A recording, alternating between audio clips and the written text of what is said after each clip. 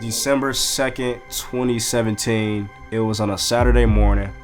I was laying right here in this bed, listening to music, just relaxing, enjoying my morning. My dad calls me, and he's like, James, I got bad news. Your best friend, Jared, somebody shot him in the head. Instantly, I jumped out of bed. I'm weaving through traffic. I didn't care. I didn't pay attention to police, even if it were police. I didn't pay attention to anything. I was going. I didn't care, because I had to get to my brother. I didn't believe that any of this was happening. This is 8 o'clock in the morning when I got the phone call and I pulled up, and I'm still thinking like, am I dreaming? I was literally trying to convince myself that I'm dreaming, like this is not real. I walk up, I see the body laying in the lobby, and I saw his hand sticking out the cover, the Bible on the floor, and he was like just laid up against the wall with a white sheet over him and blood everywhere. I walked outside and I just started like screaming. Like I didn't know what to do. I just started screaming to the top of my lungs, and I blacked out after that. Jared is a person, if he didn't do anything else, it would be to follow God and to get other people to follow God. That was his sole purpose. His main goal of getting the tattoos is so people could see the tattoos and they'd ask questions. The next thing you know, Jared's telling the guy to come to church, and now he's becoming a Salvation Army soldier. You see where I'm getting? Like he made being a Christian, following God, he made all that look cool. And Jared, he was real particular about his tattoos. He wanted them exactly how he wanted them. Black is Jared's personal tattoo artist. Black and Jared had like this mental chemistry. Like if Jared wanted a tattoo, Black already knew how to do it. That was his go-to guy ever since his first tattoo.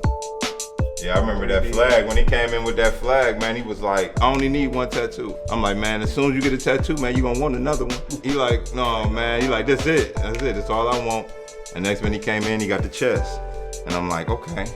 I'm like, all right. I said, I see you getting addicted, man. He like, no, that's it, man. He would always say that's it.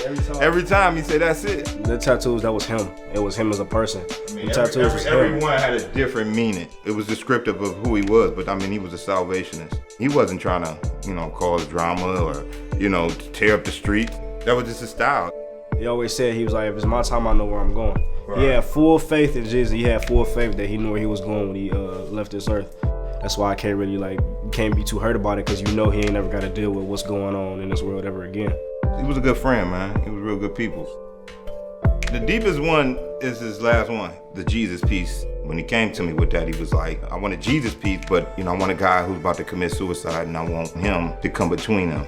But I think it bothered me more to hear how he got shot, how he left. I don't know. I mean, to be honest, it was like premonition. Me personally, I saw the video footage, and Jared had no idea what was gonna happen to him. Jared was standing there on his phone, just like this, just like I am.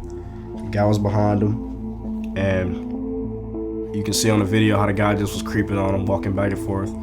You could tell the guy was scared already. He was hesitating. He shot Jared in the back of the head, and it was hard to watch. I didn't know how to feel. Like, it took me days to believe it. I didn't talk for days. I had to force myself to be normal. How easy it is to be normal when you see your best friend die. It's not very easy at all, if you ask me. 2 or 3 weeks before he died, I was dropping him off at the house coming from the mall. It's just two brothers having a heart-to-heart talk about life, the world, Christ. His belief was, until everybody over here is saved, I ain't going nowhere. And if I die in that process, then somebody else got to carry on that legacy. When he said that, it kind of made me think. I was like, if something happens to Jared, I'm going to lose my mind. And he told me, he was like, well, you know who got to carry on that legacy. It's obviously you, right? I was like, yeah. And I was kind of like backing away from him, because I'm not Jared. I never would try to be Jared or try to be exactly like him. But at the same time, I get what he was meaning when he was saying, like, you got to carry on this legacy and you got to help me out here, because I can't do it myself. You a Salvation Army soldier just like me. And that stuck with me ever since. And even to this day, I still think about that and everybody that I meet.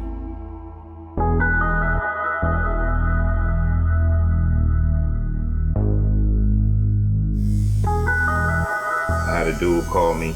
He like, yeah, man, something happened to Jared.